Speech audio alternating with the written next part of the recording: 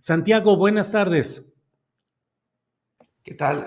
Muy buenas tardes, Julio. Un saludo a ti y a tu auditorio. Gracias, Santiago. La verdad, extrañando la actividad tan fuerte que tenías, dando mucha información y aireando y desahogando muchos temas relevantes en tu gestión como titular de la UIF y ahora muy activo como titular de la Procuración de Justicia en el estado de Hidalgo. Santiago, pero recuerdo muy claramente algunas indagaciones y propuestas de acción judicial relacionadas con el tema que hoy nos centra la discusión y el análisis en México, que es el caso de Genaro García Luna. ¿Qué tanto México puede realmente recuperar bienes de lo que constituyó el amasar fortuna de parte de García Luna? ¿Está comprobado, está confirmada esa acumulación de dinero? ¿Y a qué mecanismos de acumulación obedeció, Santiago? A ver, un poco platicar la historia. Creo que es importante plantear el contexto. Lo primero que diré es que, bueno, García Luna es el responsable, pues, de la guerra contra el narcotráfico, y esto generó el incremento a partir de 2007 del tema de desaparición de personas en nuestro país, tanto en el ámbito de los migrantes como en el ámbito de la ciudadanía mexicana. La historia empieza en esos años en donde Felipe Calderón necesitaba legitimar el acceso a la presidencia después del proceso electoral del año 2006, y hay una relación de García Luna con unos hermanos Weinberg que le venden un programa, el Nice Track, que fue el primer programa de espionaje telefónico en nuestro país, digamos, se decía como el antecesor de Pegasus. García Luna opera de manera cercana a estos grupos empresariales, y en el año 2011 Numba, que es una empresa fundada en Panamá, crea una filial en México, y esa filial en México empieza a ser contratada por el gobierno federal entre 2011 y 2012 y durante todo el sexenio de Peña Nieto, es decir, la parte final de Calderón y el sexenio de Peña Nieto.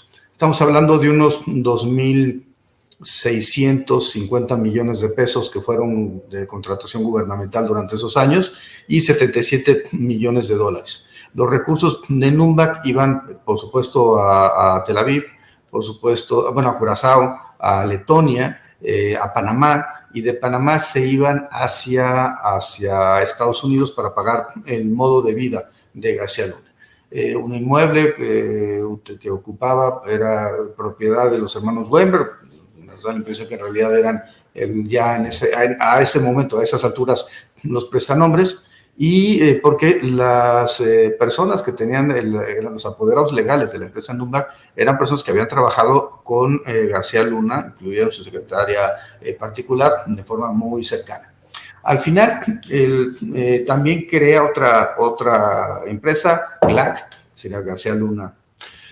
Y en esta empresa, en donde su esposa y su hermana tenían carácter de accionistas, es contratada por el gobierno de Miguel Ángel Mancera para hacer un diagnóstico sobre una fiscalía de la entonces Procuraduría General de Justicia de la Ciudad de México, y le pagan 32 millones de pesos. Entonces se va sumando las cantidades, y eso es lo que fue denunciado por parte de la Unidad de Inteligencia Financiera ante la Fiscalía General de la República, ante la Fiscalía Anticorrupción, donde el asunto fue radicado. Por otro lado, también es importante decirlo, cuando nosotros, bueno, en ese tiempo, cuando nosotros recibimos información por parte de Estados Unidos de que había alguna relación entre Medina Mora y García Luna, que al final del día terminaron peleados, lo que quisimos fue revisar. Por eso, cuando es detenido García Luna en Estados Unidos, la UIF ya tenía una investigación muy fuerte sobre él, que generó las denuncias, el congelamiento de cuentas de las empresas, de los familiares de García Luna, y bueno, por supuesto, esa información se entregó en su momento a los fiscales del Distrito Este de Nueva York. Entonces sería como el proceso penal en México, tiene que ver con peculado, tiene que ver con enriquecimiento ilícito, tiene que ver con lavado de dinero, y el proceso penal en Estados Unidos tiene que ver con la vinculación con grupos de delincuencia organizada, lo que hemos visto estos días que está la relación con el cártel de Sinaloa particularmente, pero ojo, también es importante el tema del lavado de dinero. La defensa de García Luna ha planteado que no se utilice la información de 2012 a 2018 porque es información que ya no tenía el carácter de servidor público. Sin embargo, mi punto de vista es que no importa de dónde provenga el dinero, si viene de la delincuencia organizada o si viene de temas de corrupción, al final del día se introduce ese dinero al sistema financiero norteamericano, es lavado de dinero y por tanto la autoridad norteamericana debe, si bien no procesar por peculado, por enriquecimiento ilícito, sí evidentemente por lavado. Ahora, hay una siguiente demanda, también me parece importante como ponerlo en el ámbito de la discusión, y tiene que ver con que la UIF contrata un despacho norteamericano. ¿Por qué ese despacho en particular? Porque era el único despacho que había podido recuperar activos, para el caso de FIPCREA, de connacionales mexicanos y mexicanas allá en tribunales norteamericanos. Segundo, porque pues, finalmente la Cancillería había abierto esa posibilidad de presentar demandas, en este caso la Cancillería contra las armerías, y la UIF, al ser la instancia competente para combatir el lavado de dinero y la extinción de dominio en temas de lavado, pues era la instancia que podía llevar la petición del Estado mexicano ante los tribunales. Se planteó ante el Tribunal de Florida y ahí el despacho contratado y las autoridades norteamericanas hicieron el cálculo de que habría por lo menos unos 250 millones de dólares que se hubieran movilizado por parte de García Luna en Estados Unidos. 250 millones más los 130 y tantos, los 200 millones, un poco más que había generado la contratación gubernamental, ya nos daba una cantidad respetable. Y esto pues fue una demanda que la defensa de García Luna intentó borrar a partir de un procedimiento que se llama la motion to dismiss, y la decisión de los tribunales de Florida fue desechar esa solicitud de desechamiento, y ellos terminaron apelando, y se encuentra en ese momento esa discusión en los tribunales de Florida. Pues pensamos que para finales de marzo ya habrá una resolución que permitirá seguir con el litigio civil, claro, en independencia de lo que pasa en el litigio penal en Nueva York. Digamos, son dos litigios distintos.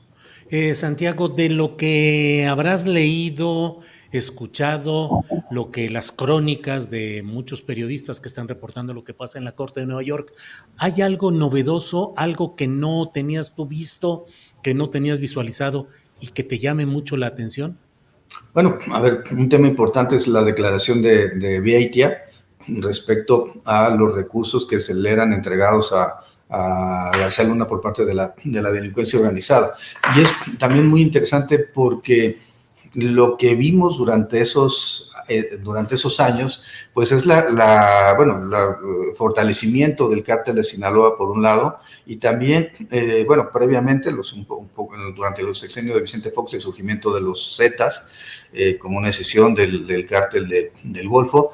Casualmente en Reynosa, donde el presidente municipal en ese momento se llamaba Francisco Javier García Cabeza de Vaca, hoy prófugo de la justicia mexicana y estando entre Texas y Canadá,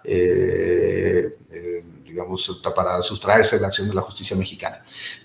A mí me llama la atención el flujo de recursos, por eso planteó el presidente que estaríamos hablando de unos 700 millones de dólares, porque lo que nosotros habíamos logrado localizar tenía que ver más bien, insisto, con el enriquecimiento ilícito, y esos 400 millones de dólares, un poco más.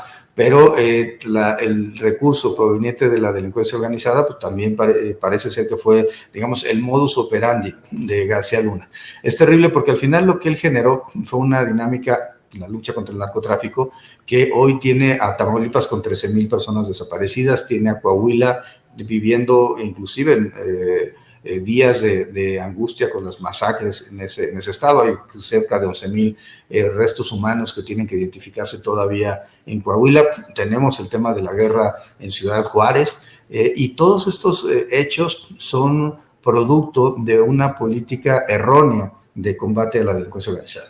En vez de estar combatiendo, porque ¿qué fue lo que hicieron? Combatir al sicariato, combatir al narcomenudeo, pero se separa el narcomenudeo de la delincuencia organizada, que es competencia federal, y por otro lado no se combaten las estructuras jurídicas, es decir, las personas morales, los fideicomisos, no se combatieron, no hubo, se puede ver, ni siquiera había esta facultad de congelamiento de cuentas de la UIF durante el sexenio Calderón, es algo que no les interesaba. No se combatió la estructura financiera, no se combatió la corrupción política que les daba asilo, particularmente a nivel municipal, pero también habría que pensarlo en el ámbito estatal. Nuevamente, Cabeza de Vaca es un referente respecto a lo que no se debe hacer. La corrupción policial, ministerial, judicial, que les daba un halo de protección jurídica, inclusive magistrados federales encontramos que tenían recursos en sus cuentas que no podían justificar y que eran los que les concedían los amparos o les reducían las penas a las personas de la delincuencia organizada. Y por supuesto no se combatió la base social. La base social solamente puede combatirse como se está haciendo en este momento, con inversión, recursos, trabajo y por supuesto con programas de naturaleza social. Solamente me gustaría referir respecto a la demanda civil, que los abogados que defienden el caso en Florida, el despacho opera en México, presentaron una denuncia contra mí por ejercicio indebido de atribuciones, señalando que no tenía yo competencia para poder suscribir ese contrato. Era un contrato, tengo que decirlo, a cuota litis. Eso significa que al Estado mexicano no le iba a costar un peso, se le iba a pagar al despacho de lo que se recupere de los activos de García Luna. Y por un lado, y por otro lado, era evidentemente en ejercicio de las atribuciones de la Unidad de Inteligencia Financiera y además con aprobación del Consejo de Seguridad. Además de haberse visto con el presidente en su momento y con el canciller y con el secretario de Hacienda, porque pensamos que lo prioritario pues, era la recuperación de esos activos, sea de delincuencia organizada o sea de corrupción, que García Luna extrajo del Estado mexicano, tanto en el sexenio de Felipe Calderón como en el de Enrique Peña Nieto. Y creo que eso es un paso importante que se ha dado en la administración del presidente López Obrador, de pensar, tomarse el combate a las estructuras financieras en serio, y bueno, y sobre todo buscar la recuperación de activos, que es lo que hoy estamos planteando en Hidalgo con el gobernador Julio Menchaca, para lo que se ha conocido públicamente como la estafa siniestra. Bien, Santiago, dentro de lo que se ha estado ventilando allá en Nueva York, ha tenido mucho impacto lo relacionado con este señalamiento de una aportación, una publicidad específica, 25 millones de pesos mensuales, se dijo, para un diario, El Universal. Pero en lo general, Santiago, te quiero preguntar, en las indagaciones del Estado mexicano a través de la UIF durante tu administración, ¿encontraste signos de irregularidades en ingresos y egresos de cuentas de directivos de medios de comunicación como tales, de columnistas, de periodistas relevantes? Bueno, es un hecho público, lo ha hecho del conocimiento incluso el presidente durante la mañanera, que una serie de comunicadores recibían recursos mensualmente por parte de la presidencia de la República y de otros secretarías de Estado. La verdad es que era una práctica como cotidiana y evidentemente pues, era un tema de corrupción. El asunto es que ante la inmadurez de Enrique Peña Nieto, hoy seguimos hablando de sus temas sentimentales, bueno, los que hablan de él, la forma de poder posicionar su gobierno fue a partir de la compra de los espacios publicitarios y se tenían un nivel de ejercicio del gasto en materia de comunicación social particularmente grave. En el tema de García Luna sí operaba recursos financieros, y eso también hay que decirlo, para su imagen personal. Y entonces se pagaba a los distintos medios de comunicación para el posicionamiento de su imagen como un superpolicía, cuando pues en realidad lo que estábamos viendo pues, era un proceso de degradación de los mecanismos para poder generar seguridad pública en el país. No solamente eso, se contrataron, ya hice mención de Nice Track, pero también aviones no tripulados, drones, se generó un proceso realmente de gasto, de contratación gubernamental, que al final del día terminó beneficiando a los cercanos a García Luna. Y yo estoy convencido que en un sistema presidencial como el mexicano, y no digo por otras cuestiones, sino porque la Constitución mexicana establece un sistema presidencial, ese es nuestro sistema, a partir de, pues, en realidad, desde 1824, pero es imposible que Felipe Calderón no tuviera conocimiento respecto a la mecánica de generación de contratación de negocios y sobre todo pues, de relación con los grupos delincuenciales de su secretario de seguridad, confidente, amigo, y esto, por más que digan que no sabía, me parece que, insisto, en un esquema de un sistema presidencial con tantos mecanismos para obtener información, es imposible que Felipe Calderón diga que no tenía conocimiento de lo que hacía García Luna. Claro. Santiago, permíteme regresar un poquito a este tema de los periodistas. Una cosa son los convenios de publicidad registrados contablemente, con el pago de sus impuestos, y otra cosa son los ingresos que puede tener de una manera irregular o no suficientemente demostrada su legitimidad, directivos, personajes del periodismo nacional. Entonces, te pregunto, más allá de los convenios de publicidad formales, ¿hubo indicios de que por debajo de la mesa pudiese haber entrega de dinero que no tenía ese carácter de convenio de publicidad fiscalmente registrado a favor de dueños de medios de comunicación o de periodistas relevantes?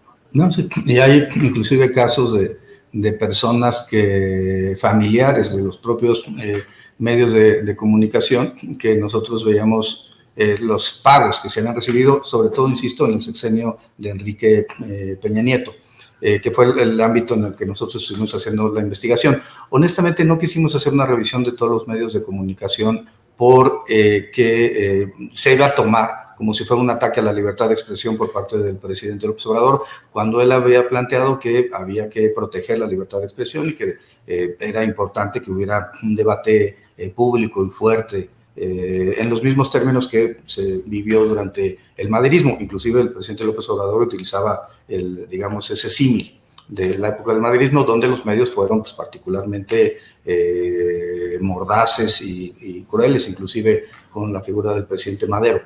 En lo que sí pudimos ver es que hubo una serie de periodistas que fueron investigados en la época de Enrique Peña Nieto por parte de la UIF. En esta lista de los maléficos, como la encontramos el archivo, nunca encontramos la información, es decir, se llevaron la información respecto a estas personas que fueron investigadas, y que incluía, por supuesto, al presidente Andrés Manuel López Obrador, a la doctora Beatriz Gutiérrez Müller, incluía a Julio Scherer, incluía a Olga Sánchez Cordero, en el ámbito, digamos, de la izquierda, Alfonso Durazo, y en el ámbito de los comunicadores, artistas inclusive, Gael García, Diego Luna, habían sido revisados por este grupo. La consejera Humphrey también estaba en esa lista de 107 personas que habían sido revisadas por parte de la UIF en la época de Basbás. Pero también por ese prurito consideramos que, digamos, no había un tema, pero los casos que llegamos a detectar, por supuesto, fueron hechos del conocimiento pues, de las autoridades competentes, particularmente en la Ciudad de México, donde había flujos bastante irregulares, no solamente en los temas de la alcaldía Benito Juárez, sino en la propia administración de Miguel Ángel Mancera. Los casos de Luis Serna o de Miguel Ángel Vázquez, entre otros, son casos conocidos de cómo incluso llegaban a regalar hasta casas a las colaboradoras o colaboradores de Mancera, lo cual pues, me parece evidentemente un exceso desde cualquier perspectiva. Santiago, hay muchas preguntas de parte de quienes siguen este programa. Joeca dice, pregúntale qué pasa con la orden de aprehensión de Anaya, ¿puede regresar? Otras personas preguntan en qué quedó lo de la luz del mundo. Otras personas preguntan que qué pasó con el licenciado que hacía fraudes en Hidalgo, que ya detuvo. Saludos desde Pachuca. ¿Cómo va todo esto? El tema que quieras abordar. Bueno, en el tema de Ricardo Anaya, Antes de la entrada del presidente López Obrador, en noviembre del año 2018, hubo un acuerdo reparatorio con él para efecto de que pagara una determinada cantidad en la entonces Procuraduría General de la República a cambio de la extinción de la acción penal, un tema de reparación del daño. El asunto es que incumplieron las personas que formaban parte de ese acuerdo reparatorio con el pago y por tanto se revocó ese acuerdo reparatorio y la orden de aprehensión que se dictó, que se emitió no en la época del presidente López Obrador, sino en la época de Enrique Peña Nieto, estaba vigente. Respecto al tema de Hidalgo, efectivamente hubo un personaje ligado a Murillo Caram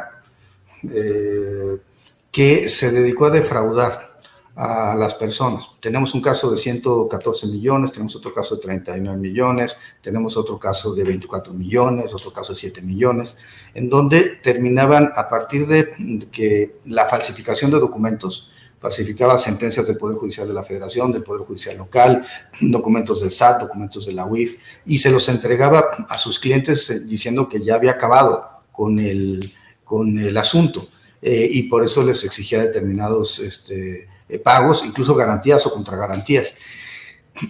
Realmente era increíble el nivel de impunidad, por un lado, y por otro lado, incluso llegaban a simular audiencias a partir de Zoom con el Poder Judicial, disfrazaban a alguien de juez, disfrazaban a las personas como ministerios públicos y entonces grababan y hacían ver a los clientes como si realmente eso estuviera ocurriendo en realidad.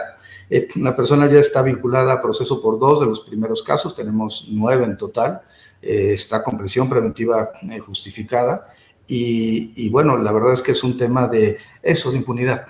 Murillo Caram generó grupo de personas en Hidalgo que se acostumbraron a que nadie los iba a tocar porque nadie iba a tocar a Murillo Caram y bueno, pues el resultado es que no entendieron qué significaba la cuarta transformación en materia de justicia.